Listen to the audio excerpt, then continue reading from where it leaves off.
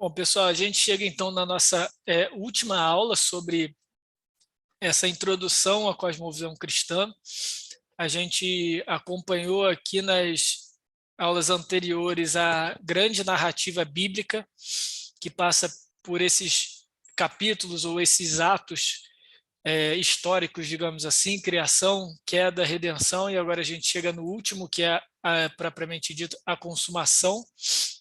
E é a partir dessa estrutura histórica, a partir dessa estrutura temporal, digamos assim, que a gente consegue analisar a realidade, analisar os eventos da nossa vida, como o mundo é da forma que é. Então, a gente caminhou aí pela origem das coisas, analisou a questão moral, o que há de errado nesse mundo, analisamos a resposta bíblica, né, na pessoa e na obra de Cristo, sendo então o ato redentivo, ou seja, é aquele que traz uma solução para o problema do mal, o problema que veio com o pecado, que veio com a inimizade do homem contra o seu Criador. E agora a gente chega na consumação. Na última aula eu falei que da a redenção para frente, a gente já começa a ter uma distinção aí da cosmovisão cristã para as demais, porque enquanto nas cosmovisões não cristãs a gente tem aí a redenção como uma mera oportunidade de melhoria, de evolução, de desenvolvimento, não é uma redenção propriamente dito, não é uma renovação de todas as coisas. Então a consumação nem se fala, né? A consumação aqui a gente vai falar especificamente sobre a nossa esperança cristã, a esperança de um mundo vindouro, de um mundo eterno, de quando toda essa realidade que a gente tem hoje, de toda essa criação que a gente dispõe hoje, vai ser refeita, vai ser reconduzida ao seu papel perfeito agora sob o reino do próprio Deus, de uma forma muito visível, muito prática, muito material, no bom sentido.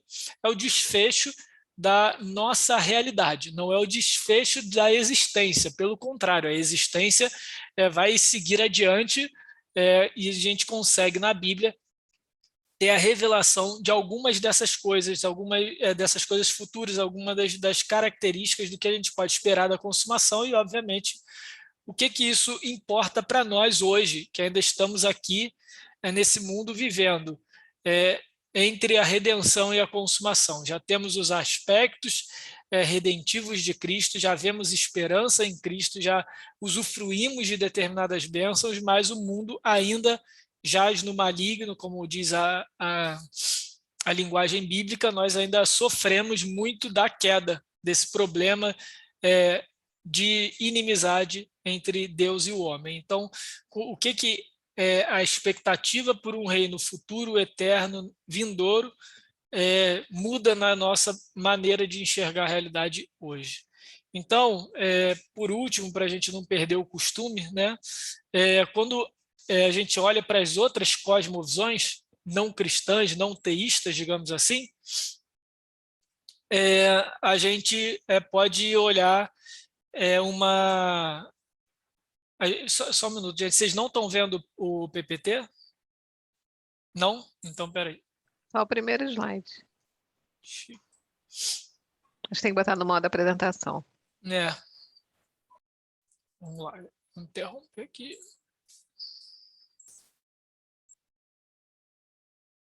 Agora, pronto. Agora sim, né? Tá. Então, beleza. Então, foi esse slide aí que já é comum, a gente tem caminhado com ele nas nossas aulas, né? E agora a gente chega aqui, então, a visão do futuro em relação às cosmovisões, né? Sabendo que a cosmovisão não cristã, então vai olhar, no caso, naturalismo, o ser humano é apenas um elemento no cosmos, a matéria é o critério de existência, e expectativa futura, de fato, não existe expectativa futura no naturalismo, porque o futuro é basicamente a sucessão de eventos num eixo espaço-tempo. Então, o futuro é impessoal, é material, independe do homem. Então, uma discussão sobre uma expectativa futura num viés naturalista não existe, ou não faz sentido a priori. No teísmo aberto, muito menos. Embora o teísmo aberto aceite que o cosmos, que a origem vem de algo superior. Esse algo pode ser um ser, múltiplos seres, não se sabe, por isso teísmo aberto.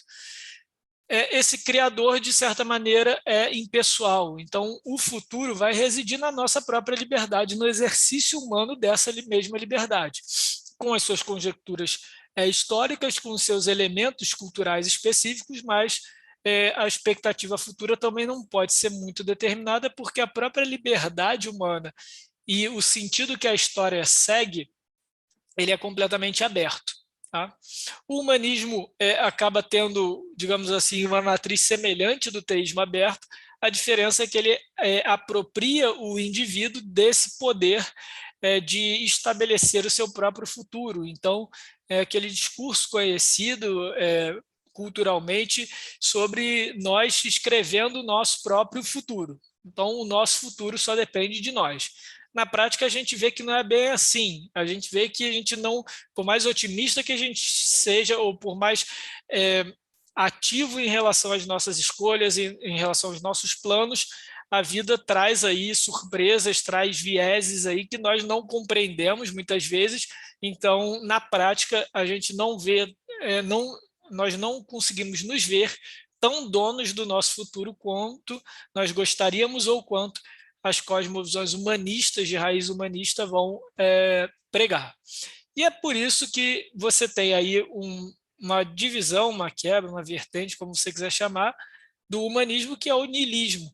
É aquele que vai dizer que o homem ou a vida não tem um sentido ontológico na sua existência, ou seja, não existe um propósito de vida, não existe um objetivo maior, transcendente em relação à existência. O niilismo parte talvez de uma matriz naturalista, mas alguns vão dizer até que ele é muito pessimista, outros que ele é realista. A verdade é, o niilista não vai pensar num sentido superior à sua própria existência, então ele também não vai ter grande expectativa do futuro. Não que ele vai ser pessimista em relação ao futuro, ele simplesmente vai tentar viver de maneira adequada à sua própria realidade, aos seus próprios critérios individuais, aos seus próprios recursos, aquilo que está à sua disposição naquele momento. E ele, então, usufrui de um certo imediatismo, um certo materialismo, mas reconhece a total limitação e incapacidade humana de conduzir a história como uma grande história. Então, quando a gente olha para esses eixos, esses grandes eixos de cosmovisão, nós vemos que nenhum deles, de fato, fala acerca do futuro. E a verdade é que não importa naturalista, niilista ou teísta aberto, de novo, a gente já falou isso antes, a gente não tem esses rótulos na prática, mas às vezes o nosso pensamento carrega um pouco dessas matrizes, então você pode olhar, não, uma pessoa, não, eu realmente acredito em Deus, eu tenho aqui a minha espiritualidade, eu sou um cara espiritualmente aberto, mas eu acho que o futuro a mim pertence, não é o futuro a Deus pertence, o futuro a mim pertence. Então, ele acaba compartilhando aí de uma matriz, de uma estrutura teísta aberta, digamos assim. Mas, seja qual for, qual dessas a disposição do homem ou as crenças fundamentais nas quais ele constrói, nenhuma delas, de fato, traz esperança em relação ao futuro. E isso faz com que a nossa própria existência, a nossa própria experiência quanto seres humanos, quanto indivíduo no cosmos, fique muito miserável. A verdade é essa. A ponto de algumas pessoas preferirem nem pensar nessas coisas. Então, por exemplo, um tempo atrás, eu conversando com um amigo meu no trabalho, que se dizia ateu, agora ele se diz teísta aberto, depois talvez de algumas conversas nossas, mas quando ele se dizia ateu mesmo, raiz, digamos assim, eu perguntei para ele sobre a morte, o que ele esperava, ele falou, cara, eu não gosto nem de pensar nessas coisas, porque me traz uma certa ansiedade a não existência. Então você vê, é algo que na matriz dele, na alma dele, propriamente dita, está impressa essa noção de eternidade. A gente já viu isso também no texto de Eclesiastes. Mas, como a cosmovisão dele não sustenta uma boa explicação para isso, ele prefere evitar o assunto. E a gente vê que muitas vezes, até mesmo nós temos dificuldade de lidar com o tema da morte, por exemplo, ou do pós-vida, porque a nossa cosmovisão não sustenta, não comporta esse tipo de discussão. Na verdade, no final das contas, sendo bem simplista, ela não nos traz esperança para aquela que é a maior ansiedade do ser humano. E não simplesmente uma ansiedade egoísta de simplesmente querer existir para sempre.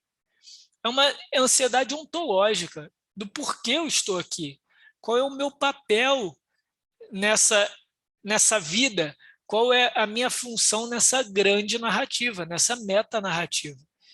Agora, quando a gente olha para a cosmovisão cristã, a gente vê que é muito mais do que simplesmente nós defendermos que Deus criou os céus e a terra e que o homem está em rebeldia com ele no pecado, mas ela aponta para todos os aspectos da nossa realidade, da nossa existência, inclusive essa ansiedade pela eternidade. E qual é a resposta, então, da cosmovisão cristã para o futuro? O que nos espera do futuro? É o que, por exemplo, o apóstolo Paulo vai trazer na carta aos 2 Coríntios.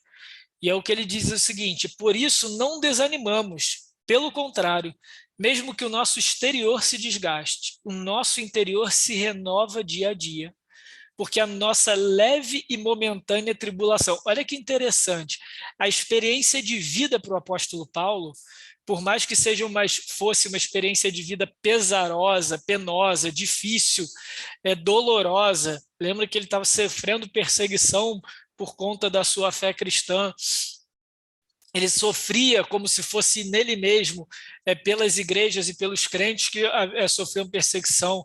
Ele tem uma lista de tribulações aí, de açoitamentos, apedrejamentos, naufrágios, enfim, todo tipo de coisa que poderia dar ruim na vida de Paulo depois que ele se converteu, com certeza deu, e apesar disso tudo ele vira para a igreja de Corinto e diz: a nossa leve e momentânea tribulação.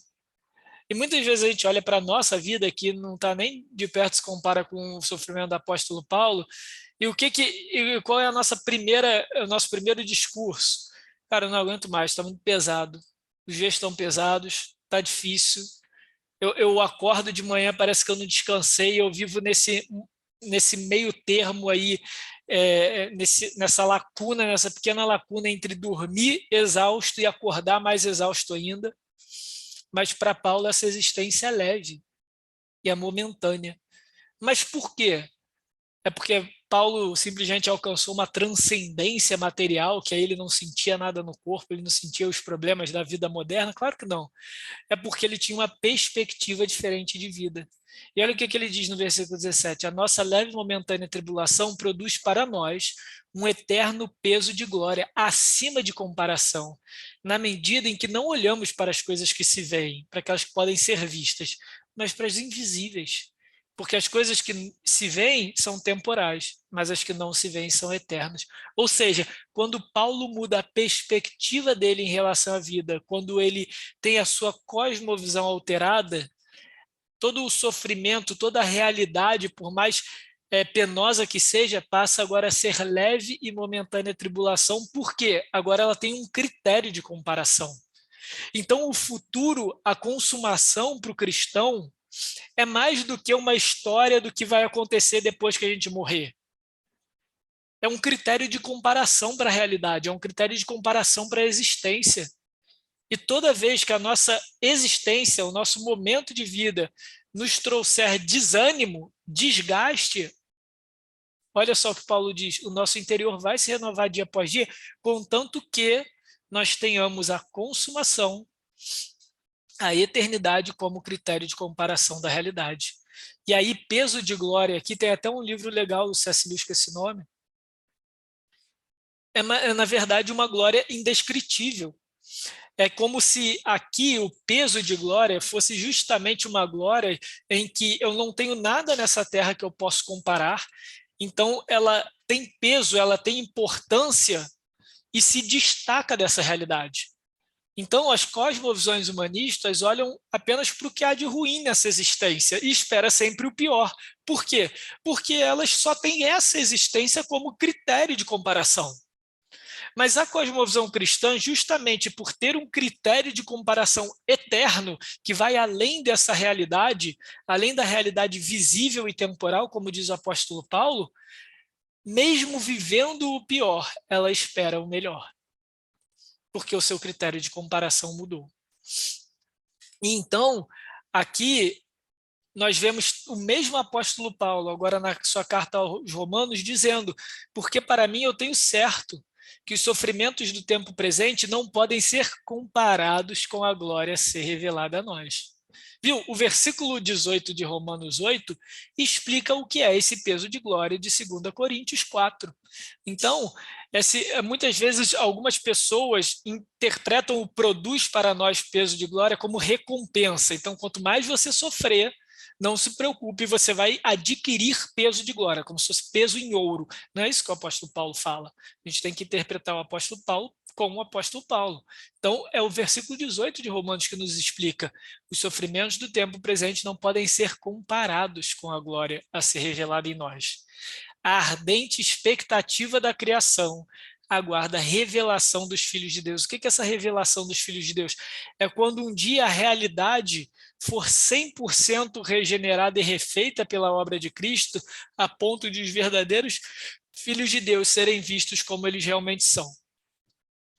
E continuando o texto no versículo 24, porque na esperança fomos salvos.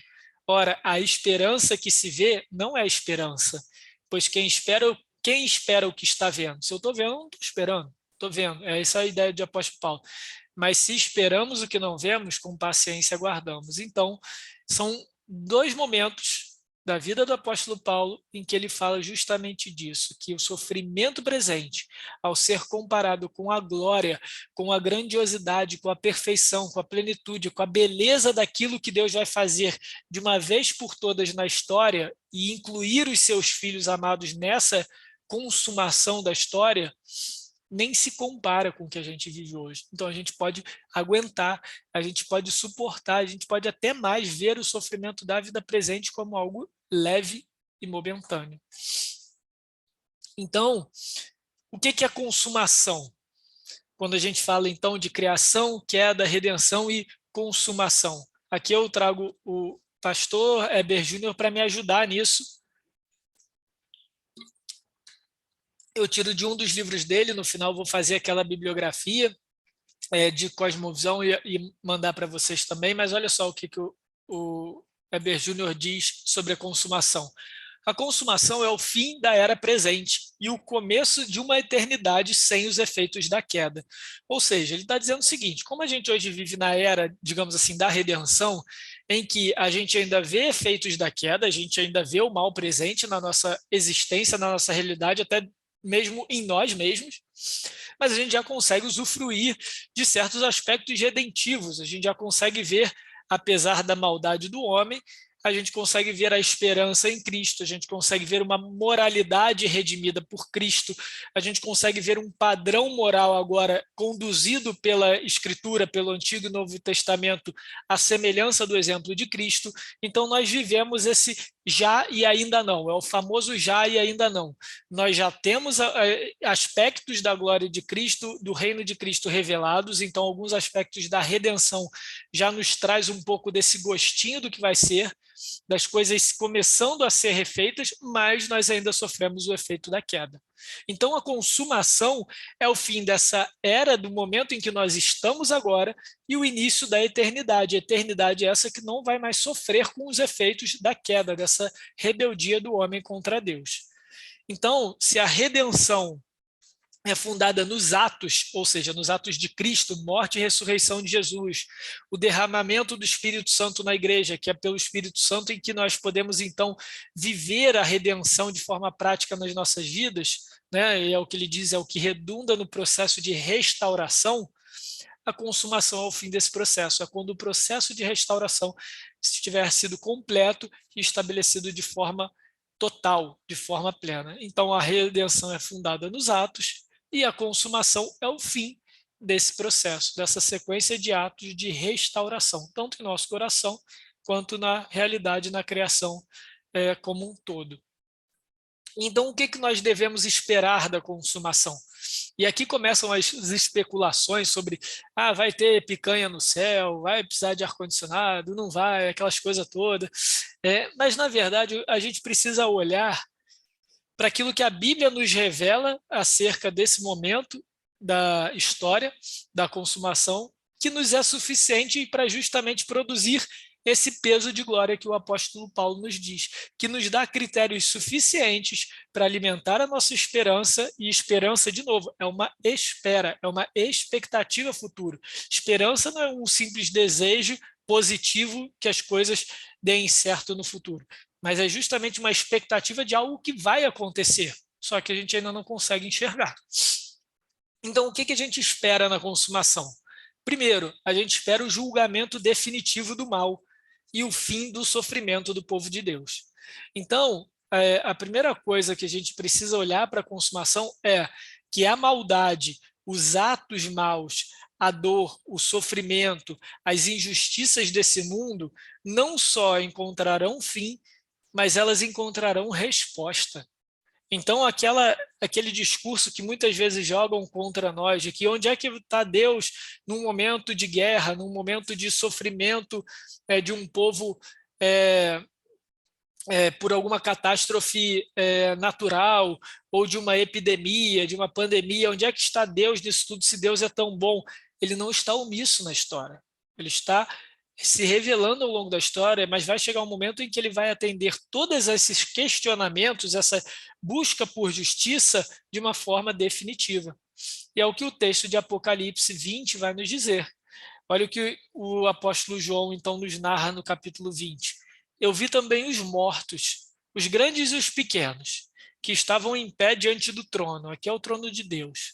Então foram abertos livros, e ainda outro livro, o livro da vida, foi aberto. E os mortos foram julgados segundo as suas obras, conforme o que estava escrito nos livros.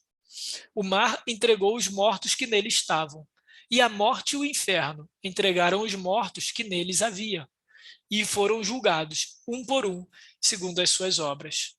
Então a morte e o inferno foram lançados no lago de fogo. Esta é a segunda morte, o lago de fogo. Então aqui vejam, todos os seres humanos, todo mundo que já existiu, se apresenta diante de Deus, diante do grande juiz, o Criador, e é nessa prerrogativa que Deus julga, justamente porque ele é o Criador, ele é o referencial de bem e mal, de certo e errado, a gente viu isso na aula de queda, é nessa prerrogativa, nessa autoridade que ele tem para julgar a todos. E ele julga de acordo com as suas obras, com as suas ações. Esses livros descrevem tudo aquilo que as pessoas fizeram. Mas foi aberto também um outro livro, o livro da vida, que tem a relação dos nomes daqueles pelos quais Cristo morreu, que foram comprados pelo sangue de Cristo. Então, basicamente, a ordem aqui é a seguinte: aqueles que estão com o nome escrito no livro da vida serão julgados não de acordo com o que está escrito no seu próprio livro, mas do que está escrito no livro da vida, porque o nome completo do livro é o livro da vida do Cordeiro que foi morto. Então, em outras palavras, todo mundo se apresenta diante de Deus no dia da consumação. Você tem o seu nome no livro da vida do Cordeiro que foi morto? Tem. Então você vai ser julgado pelas obras do Cordeiro. E você vai ser salvo. Não pelo seu mérito, mas pelo mérito do Cordeiro. Isso já entra em uma outra camada da teologia, que é a doutrina da salvação, a soteriologia. Pode ser um bom caminho aí para a gente seguir também numa outra aula. Mas aqui eu só estou fazendo a distinção entre aqueles que são julgados pela obra de Cristo, e aí o nome, o livro da vida do Cordeiro que foi morto, e aqueles que não estão no livro da vida do Cordeiro que foi morto. Eu estou batendo nisso porque não é o livro da vida eterna, não é o livro da vida do Vitor Santo. É julgado pelas obras de Cristo. Eles vão ser julgados pelas suas próprias obras, os outros livros. E, obviamente, as suas próprias obras não são suficientes para gerar salvação, para gerar justiça, para gerar mérito por si. Então, eles vão ser lançados no lago de fogo, que é uma imagem em Apocalipse para execução, para o juízo, para o tormento eterno. Ele não vai ser aniquilado, a sua existência não vai acabar, vai ser sofrimento eterno. Isso a gente vê em diversas falas de Cristo, próprias parábolas que Jesus traz. E aí, aqui esse ponto da cosmovisão cristã talvez seja um dos mais ofensivos às cosmovisões humanistas. Porque os grandes argumentos quem é Deus para me julgar? Que negócio é esse que no final da minha vida eu vou parar diante de Deus, eu vou ter a minha vida passada num telão e vou ser julgado? Quem é Deus? É o Criador de todas as coisas. Então é óbvio que se você não admite que Deus é Criador de todas as coisas, não seria natural que você admitisse que ele teria o direito de te julgar. Mas se ele, no seu poder, te criou, ele tem o poder também de se colocar como referência de certo e errado e exigir de toda a criatura aquilo, esse certo e errado. E aí, por que eu enfatizei o livro da vida do Cordeiro que foi morto versus os outros livros? Porque em ambos há justiça. O mal é pago. A diferença é quem paga essa conta. No caso daqueles que se colocaram contra Deus, naqueles que negaram a própria autoridade de Deus, que são esses que dizem quem é Deus para me julgar, eles vão ser julgados conforme as suas próprias obras. Agora, e Cristo? E o que significa eu ser julgado a partir da obra de Cristo? Principalmente a partir do sofrimento de Cristo na cruz. E aqui no tempo que a gente está dando essa aula, a gente chega no domingo que vem, no domingo de Páscoa. E é exatamente o domingo em que a gente relembra de maneira mais própria no calendário o nível do sofrimento de Cristo, que foi um sofrimento absurdo na cruz, até a morte, mas ele vence a morte mesmo sendo inocente, mesmo não carregando pecado próprio, mas carrega o pecado daqueles que estariam com os seus nomes fora do livro da vida, mas agora, por reconhecerem Cristo, se encontram no próprio livro da vida. Então, o pecado, o mal, foi cobrado, a conta foi executada da mesma maneira. A diferença é que estes que têm o livro no livro da vida tiveram a sua dor, o seu sofrimento, a sua conta eterna paga pelo próprio Cristo. E aqui, quando é interessante que o texto continua, né, que o mar entregou os mortos, e aqui o mar não é o mar propriamente dito, mas é uma figura também do livro de Apocalipse para a maldade, né, para aquilo que reside a própria, o oposto da onde estão os santos, digamos assim. O mar e o inferno, a morte, o inferno, você vê que ele substitui mar por morte, então ele faz esse jogo de palavras aqui, mas a verdade é, o local onde estavam aqueles que são inimigos de Deus, entregam os seus mortos, e até a morte e o inferno, que é um local temporário de sofrimento, são lançados no fogo. Por quê? Porque agora tudo que há de ruim passa a estar sob o domínio do próprio Deus, do próprio Cristo, por toda a eternidade. Então, olhar para a consumação é também perceber que há, sim, uma resposta para o mal, para a existência desse mal de forma cósmica, de forma definitiva. Isso vai acontecer. E a nossa esperança tem que estar lá. Então, todo desejo do cristão de fazer justiça com as próprias mãos, de buscar a vingança, de buscar a cobrança, o sofrimento alheio daqueles que o fizeram mal, não condiz com uma cosmovisão cristã. Porque a cosmovisão cristã, ao reconhecer que Deus é o juiz absoluto, confia nele, no tempo dele, da maneira dele, como sendo o modus operandi perfeito para a execução dessa justiça.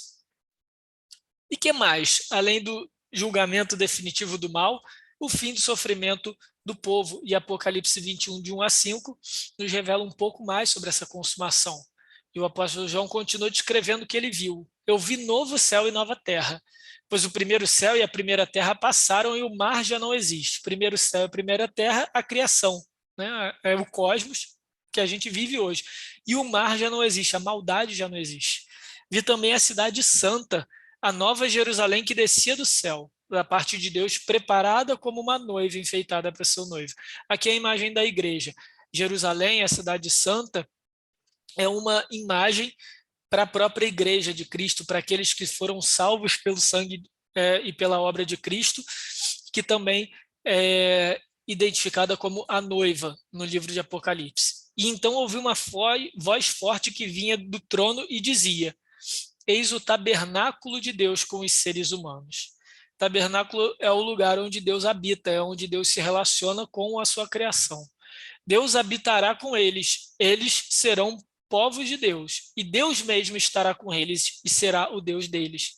Eles enxugará dos olhos toda lágrima, já não existirá mais morte, não haverá luto, nem pranto, nem dor, porque as primeiras coisas passaram. E aquele que estava sentado no trono disse: eis que faço novas todas as coisas. Então, o que nós devemos esperar da consumação? A renovação da criação, novos céus e nova terra. Então, tudo isso que hoje nós vemos e vimos na aula sobre a queda do mandato cultural, em que a própria criação se volta contra o homem, uma terra que era fértil, agora passa a ser uma terra escassa de recursos, agora o homem sofre com desastres naturais, com doenças, com moléstias, agora tudo isso vai ser renovado, e o próprio trabalho das mãos do homem vai ser renovado. Então aquela ideia de que a gente vai morrer e vai para o céu e virar um monte de anjinho gordinho, peladinho, tocando harpa, isso é bobeira, gente, isso não é bíblico. Nós vamos viver a renovação da vida material, inclusive, é uma renovação de toda a criação, inclusive da criação física, da criação material, dos nossos corpos, do nosso trabalho. O trabalho vai ser perfeito, não vai ter essa sofrência que nós temos hoje, com um banco de hora para pagar a hora extra, não sei o que lá. Não, eu não sei como vai ser. E aí é onde a gente começa, de repente, na especulação evangélica ou na cultura apocalíptica, digamos assim, a criar umas especulações meio viajantes, porque as pessoas querem traçar, tecer tantos detalhes acerca da vida eterna que perdem aquilo que é o mais importante acerca da consumação, que é a renovação de tudo que a gente existe. Nós vamos continuar produzindo cultura, nós vamos continuar desenvolvendo inteligência.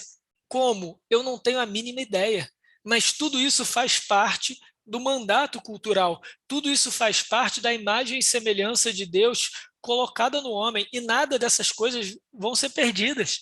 Nós vamos continuar, só que de uma forma agora perfeita, sem sofrimento, sem o mal, sem a morte, sem o luto, sem o choro. O que mais? A glorificação dos filhos de Deus, ou seja, agora aqueles que creem em Cristo, aqueles que servem a Deus, não vão ser mais errantes nessa terra, peregrinos, como diz a Bíblia, mas agora nós vamos habitar na nossa terra mesmo, que é a nossa propriedade, aquilo que deveria ser o design original do jardim. Lembra na aula de criação, quando nós dissemos que o homem foi criado à imagem e semelhança de Deus, e Deus o abençoou para povoar a terra e produzir e trabalhar, se esforçar para que a imagem e semelhança de Deus povoasse toda a terra, na medida em que toda a criação, ser humano, povoasse de maneira perfeita a terra. Agora, no momento em que o homem cai, no momento em que o homem se rebela, ele também corrompe a imagem e semelhança de Deus. Então, aquilo que deveria glorificar a Deus, que é a própria humanidade, passa agora a ser inimiga de Deus. Mas na consumação isso não vai acontecer. Nós vamos viver a nossa humanidade na nossa plenitude. Então, ao contrário do que o humanismo secular diz, que a nossa redenção é nós vivermos a nossa própria individualidade e humanidade, vai chegar o tempo, mas não é agora, não é de forma egoísta, não é de forma subjetiva, não é de forma mesquinha, olhando para dentro de mim e vendo valor dentro de mim e subjulgando e relativizando todas as realidades e todos os indivíduos ao meu entorno, que eu vou alcançar essa redenção. Mas é esperar que o Criador faça as coisas novas para que aí então eu viva a plenitude daquilo que eu deveria ser, o melhor daquilo que eu deveria ser. Essa é a glorificação dos filhos de Deus. E, por fim, o estabelecimento físico, temporal e eterno do reino de Deus. Uma cidade santa que desce, uma igreja que desce do céu. Por que ela desce do céu? O que significa isso? É que ela sai, de fato, da onde os cristãos que morreram habitavam, no céu com Cristo, de fato, mas de forma temporária. Agora eles descem corporeamente, fisicamente, materialmente para habitar física, temporal e materialmente na Terra. É temporal, mas não é momentâneo. Hoje a nossa existência é temporal, sim. Por outro lado, ela é limitada. Nós temos um tempo de vida nessa Terra como nós a conhecemos, mas vai haver um tempo, um momento em que nós continuaremos vivendo por toda a eternidade, embora fisicamente. Como isso vai se dar, como vão ser os nossos corpos, se a gente vai poder comer, beber, não sei. Isso não importa para aquilo que a gente tem como esperança, para aquilo que a gente tem como padrão, parâmetro de realidade última para nos trazer esperança nessa realidade. Então, a gente vai chegando ao fim aqui da nossa discussão. Eu procurei ser breve aqui na parte de consumação, porque ela toca um outro ponto da teologia, que é a escatologia, que é o estudo das últimas coisas. Mas o principal aqui é nós vermos que toda a restauração, tudo aquilo que Deus vai fazer novo, é onde devemos depositar os nossos olhos, depositar a nossa esperança. Por isso, uma cosmovisão cristã não se resume à criação, queda e redenção. Em alguns modelos de cosmovisão cristã, alguns artigos, enfim, que eu encontrei aí ao longo dessas aulas, dessas semanas de pesquisa, eu vi autores limitados a esses três, terminando a obra de Cristo. Eu entendo que a consumação, sim, eles incluem na redenção, mas a consumação é algo muito importante. O próprio Aberdeen, no seu livro de consumação, de cosmovisão, ele vai dizer exatamente isso, que a consumação precisa ser vista por nós como mais um elemento, como mais um pilar da nossa cosmovisão cristã, porque ele é o nosso referencial de esperança. Então, agora que a gente tem todos esses pilares da nossa visão cristã, criação, queda, redenção e consumação, como que a gente vive? Como que a gente aplica? Agora, como é que a gente vai para a nossa realidade? Primeira coisa, sob a orientação bíblica absoluta, que é da onde nós retiramos os nossos referenciais morais e existenciais. E aqui eu queria chamar a atenção de vocês para essa palavra aqui, absoluta. Por que eu coloquei orientação bíblica absoluta? Porque muitos que se julgam cristãos ou que se julgam teístas partem de uma orientação bíblica. Mas o que difere, e foi uma das perguntas ao longo das nossas aulas, o que difere a cosmovisão cristã, bíblica, reformada, das demais cosmovisões teístas, é justamente que nós reconhecemos que a Bíblia é o referencial absoluto. Não há nenhum ponto daquilo que a Bíblia nos ensina em que a gente pode dizer isso é relativo. Então, isso depende do momento. Então, isso era verdade naquela época, não é verdade mais hoje. Por que eu digo isso? Porque se você negocia uma parte da Bíblia, por mais singela que ela seja, em algum momento você vai acabar negociando ela inteira. Então, quando você negocia uma parte que seja, ela já não é mais autoridade. Mas uma cosmovisão cristã bíblica assume que a orientação bíblica, ou melhor, que a Bíblia é absoluta na sua orientação, porque ela é a autoridade para a nossa vida, a autoridade no seu todo.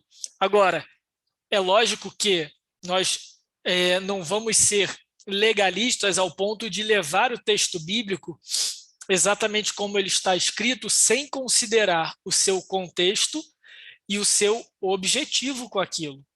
E isso é muito importante no momento em que a gente interpreta a Bíblia. O interpretar a Bíblia não é que eu vou atribuir a minha realidade e a minha visão de mundo à Bíblia. Isso é uma visão humanista, lembra? Ela vai perceber a realidade a partir de si. Não, uma cosmovisão bíblica vai entender que o texto possui autoridade e verdade por si próprio, independente de mim. Porém, cabe a mim, através de ferramentas, e aí sim, de análise textual, de análise cultural, de análise gramatical, entender, compreender qual é o sentido original e único daquele texto. E aí fica uma dica. Gente, todo texto bíblico só possui um único sentido. Embora ele possa ser aplicado de inúmeras maneiras, o sentido é sempre o mesmo. Então, cabe a nós olhar para a Bíblia com responsabilidade e fazer a seguinte pergunta: qual é a intenção de Deus? O que Deus quer me revelar com esse texto? E aí aqui a gente não vai abrir a Bíblia de olhos fechados e pedir, Senhor, me revela, e aí eu vou dormir esperando ter essa revelação em sonho.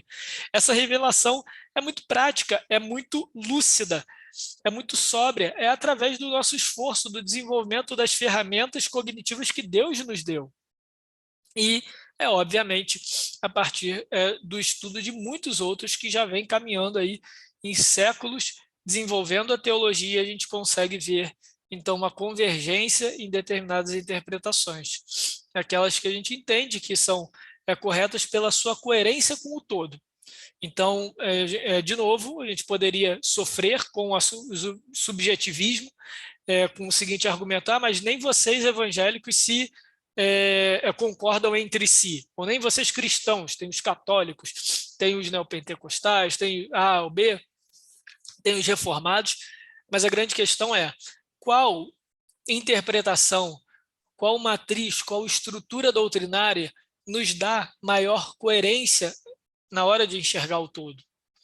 Não basta nós retirarmos um pedaço da Bíblia e querermos fazer doutrina com aquele pedaço sem considerar o todo da Escritura. E é por isso que a gente começou com essa aula, porque essa aula diz justamente sobre a grande narrativa. É aquela narrativa, criação, queda, redenção e consumação, que vai costurar toda a verdade, toda a revelação bíblica. E quando nós compreendemos o progresso dessa revelação ao longo do texto bíblico, nós podemos então traçar a coerência com esse texto bíblico. Então nós vemos assim, dessa forma, uma orientação bíblica absoluta. É aquela que entende a autoridade do texto bíblico como revelação da palavra de Deus. Revelação é essa suficiente para que nós possamos retirar referenciais morais e existenciais para definir a nossa realidade, definir certo e errado, definir bem e mal, depositar nessas verdades bíblicas a nossa esperança, aquilo que nós devemos esperar do futuro, confiar que aquilo é verdadeiro, mas sempre buscando a coerência. Como que a gente faz isso? Estudando como nós estamos agora, estudando como igreja, participando do culto público, da pregação do evangelho, dos estudos nas casas, em oração também. É dessa maneira, não é uma revelação mística, nem uma análise crua e literal do texto, mas é com tempo, com esforço, com responsabilidade, acima de tudo, com amor à palavra revelada, sempre sob orientação bíblica. É assim que a gente constrói, que a gente se inicia de fato, numa cosmovisão cristã, é com a Bíblia. Então, você se dizer cristão, ou dizer que tem uma cosmovisão cristã, mas você não conhece a Bíblia, não tem nela o fundamento das suas crenças fundamentais, então você não pode dizer que você tem, de fato, uma cosmovisão cristã. Bom, e nas partes práticas da nossa vida, no nosso juízo de valor, no nosso dia a dia, no momento em que nós vamos julgar aquilo que nós ouvimos, que nós lemos, ou que as pessoas nos fazem perguntas na forma prática mesmo. Como que a gente trabalha isso? E aí aqui eu trago o Albert Moller, eu escrevi Albert Moller, gente, desculpa, eu estava com outro autor na mente, mas o certo é esse aqui da foto, Albert Wolters, tá? Nesse livrinho aqui vai estar na nossa bibliografia, A Criação Restaurada. Olha o que ele diz: a estrutura criacional forma toda a base da realidade dos cristãos, para os cristãos. eles, os cristãos, buscam e encontram evidência de uma constância legítima no fluxo da experiência de princípios invariáveis entre as variedades de acontecimentos e instituições históricas. Então, o que ele está dizendo aqui? Que a estrutura da criação, a estrutura daquilo que Deus revelou como criador, é o que vai dar a base da nossa realidade, a base da nossa existência. E a evidência da legitimidade da nossa experiência, ou seja, se aquilo que a gente está atribuindo e assimilando a partir da nossa experiência é legítimo, é válido para a nossa percepção da realidade, é essa busca por princípios invariáveis, por uma ordem, por um estabelecimento soberano dos acontecimentos e das instituições históricas, dos eventos históricos, das estruturas históricas, sociais, culturais. É quando a gente olha a partir dessa estrutura criacional. E por quê? Porque os crentes confessam que uma direção espiritual forma a base da sua experiência. Olha que interessante. A minha experiência não é o critério de verdade e avaliação da realidade, mas é uma direção espiritual. Essa direção espiritual é subjetiva, é sobrenatural? É subjetiva? Não. É sobrenatural? Sim. Ela é objetiva porque a direção espiritual vem através da revelação e do testemunho da Bíblia, da Escritura, como a gente falou. Mas é sobrenatural porque o próprio Espírito Santo de Deus nos ajuda a viver e ter como base a própria Escritura na nossa experiência. E a gente vê a normalidade onde os outros veem normalidade e possibilidade de renovação onde os outros veem distorção inevitável. Não é mais ou menos essa nossa experiência no final dessas 5 aulas, onde o mundo dizia, não, realmente, o homem vai ter conflitos uns com os outros, afinal de contas, é a lei do mais forte, é a lei da sobrevivência, a lei da adaptação, então a gente tem aí um evolucionismo, estou só dando um exemplo, tá? Social, em que grupos sociais entram em conflito e aquele mais adaptado, mais preparado ou que controla melhor os recursos, e aí na época aí de um humanismo socialista, aqueles que concentram em si os meios de produção, eles vão ser os dominantes. E tudo bem, não quer dizer que seja o ideal, mas essa é a explicação lógica, a gente chegou até aqui. Eu proponho outras coisas, mas essa é a matriz.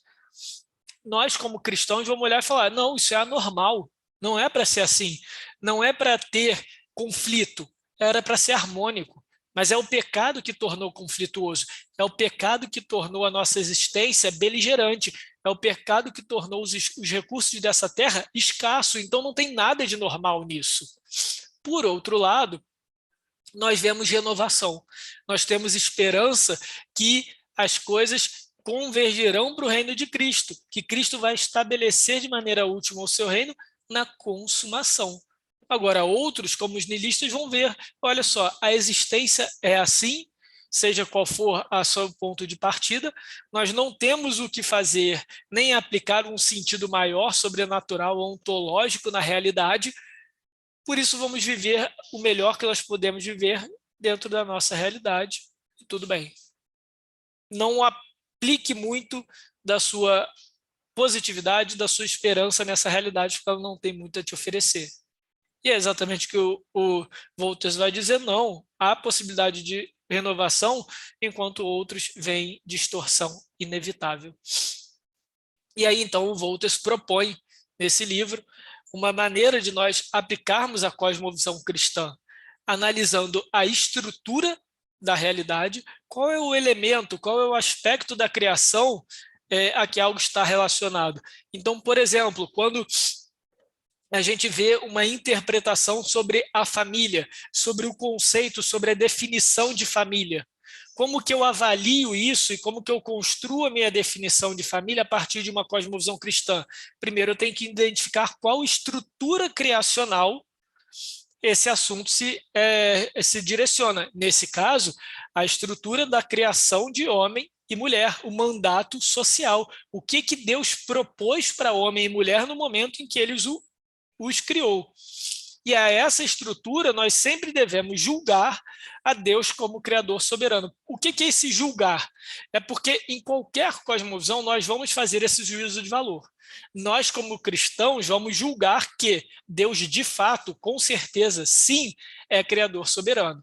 Outras cosmovisões vão dizer, não, não existe um Deus Criador e soberano. Então, pegando o exemplo de novo de família, família é aquilo que eu estabelecer como família. Então, eu posso ser mãe de pet. Pronto, agora eu gerei polêmica, porque pode ser que você seja mãe de pet.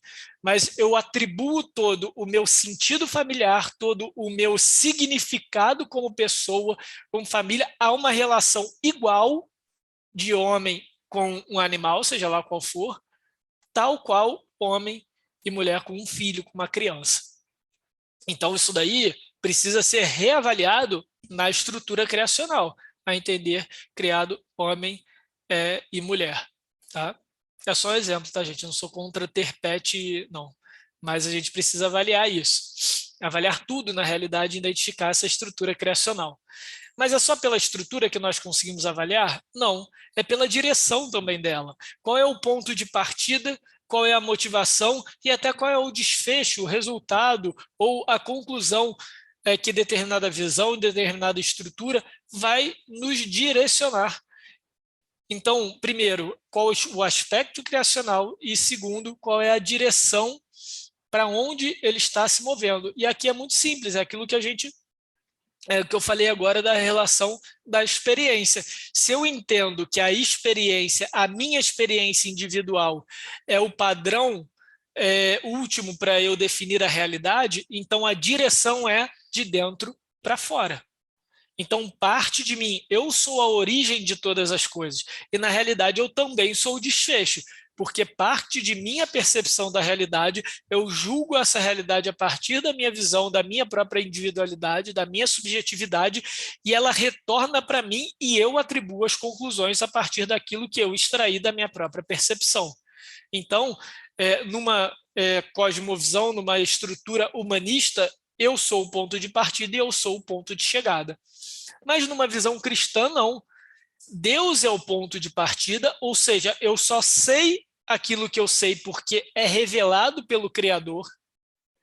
E o objetivo é, no final das contas, eu conhecer a realidade para conhecer o próprio Criador e me relacionar com ele. Ou seja, parte de Deus chega até mim para interpretar e perceber a realidade, e então eu retornar em adoração, em glorificação, em direção pacífica ao próprio Deus. Então, pessoal, esse é a grande conclusão. Como que a gente vive isso? Esse é o grande desafio. Agora que começa verdadeiramente a vida como ela é. Nos nossos dias, nas nossas leituras, naquilo que a gente ouve, nas nossas conversas, uns com os outros mesmo, no contexto de igreja ou não. Nós precisamos estar atentos às estruturas criacionais. Aqui a determinado assunto, determinado posicionamento se refere. E qual é a direção? Parte da onde? Qual é o objetivo? Qual é a motivação? Qual é a energia? O que eu vou ter como resultado? Como a gente falou na primeira aula, pensar de cosmovisão é ter uma visão intencional, é ter uma visão que de fato reconhece que nós sempre olharemos a realidade, lidaremos com a realidade a partir de crenças fundamentais, que nós já possuímos. Agora nos resta o desafio de julgar essas próprias crenças e nós que nos dizemos cristãos, se essas crenças são coerentes com aquilo que nós temos na revelação bíblica. Porque muitos, se não todos, dos nossos conflitos existenciais, no final das contas, é a nossa própria cosmovisão se degladiando entre si porque ela é incoerente. Então, são os nossos pedaços de cosmovisão aí se degladiando, lutando um contra o outro. E cabe a nós, cristãos, construir de maneira intencional, de maneira racional, sóbria, aquilo que a gente, então, reconhece como uma cosmovisão cristã, bíblica, aquela que entende que existe um Deus que criou todas as coisas, que se revelou a nós e se revelou, inclusive, com o objetivo de nos ensinar a realidade para que possamos viver de acordo com a realidade desse Deus e que encontremos paz. E essa paz vai ser justamente em direção ao próprio Deus, no relacionamento desse mesmo Deus. Então, o desafio começa aí agora. É agora que a gente começa a ver, a investigar os elementos da nossa vida, cada aspecto da nossa vida, do nosso pensamento, de como nós enxergamos a realidade, formamos a nossa opinião a respeito das coisas e podemos confrontar com a verdade bíblica em busca dessa coerência, em busca dessa integridade, dessa grande unidade. E com isso a gente encerra aqui o nosso breve curso de introdução à cosmovisão cristã. Então, agradeço a você que chegou até o final aqui. Muito obrigado e Deus abençoe grandemente.